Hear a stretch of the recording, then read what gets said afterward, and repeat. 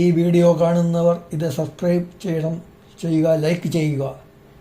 സാമൂതിരി രാജാക്കന്മാരുടെ പട്ടികയിൽപ്പെട്ട മാനവിക്രമ രാജാവ് കവികളെയും കലാകാരന്മാരെയും അകമഴിഞ്ഞ് പ്രോത്സാഹിപ്പിച്ചിരുന്ന കാര്യം നമുക്കെല്ലാം അറിയുന്നതാണല്ലോ.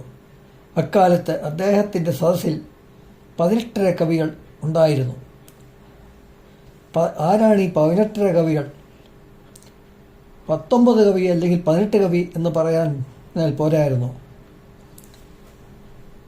അതുപോലല്ലോ. പയ്യൂർ ഭട്ടതിരിമാർ 9 പേർ, തിരുവേഗപ്പുറ നമ്പൂതിരിമാർ 5 പേർ, മുല്ലപ്പള്ളി ഭട്ടതിരി ഒരാൾ,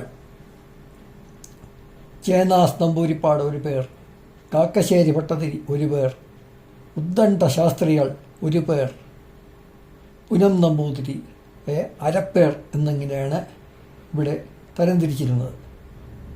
മലയാളം കവിയായ പുനം നമ്പൂതിരിക്ക് ആ സദസ്സിലെ സംസ്കൃത പണ്ഡിതന്മാർ എല്ലാവരും കൂടി അരസ്ഥാനം മാത്രമേ നൽകിയിരുന്നുള്ളൂ.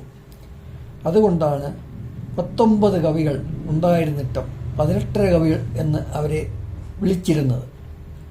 ഈ 18 കവികളിൽ 17 പേർ നമ്പൂതിരിമാർ ആയിരുന്നു. ചേന്നാസ് നമ്പൂതിരിപ്പാട് എഴുതിയ കൃതിയാണ് തന്ത്ര സമുച്ചയം. പൊന്നാനി താലൂക്കിലെ കാക്കശ്ശേരി ഇല്ലത്തിലാണ് കാക്കശ്ശേരി ഭട്ടതിരി ജനിച്ചത്. ഉദ്ദണ്ഡ ശാസ്ത്രികൾ കാഞ്ചീപുരത്ത് ജനിച്ച ആളാണ്. കേരളത്തിലെ പണ്ഡിതന്മാരെയെല്ലാം തോൽപ്പിക്കാം എന്ന് കരുതിയാണ് അദ്ദേഹം കേരളത്തിലേക്ക് വന്നത്.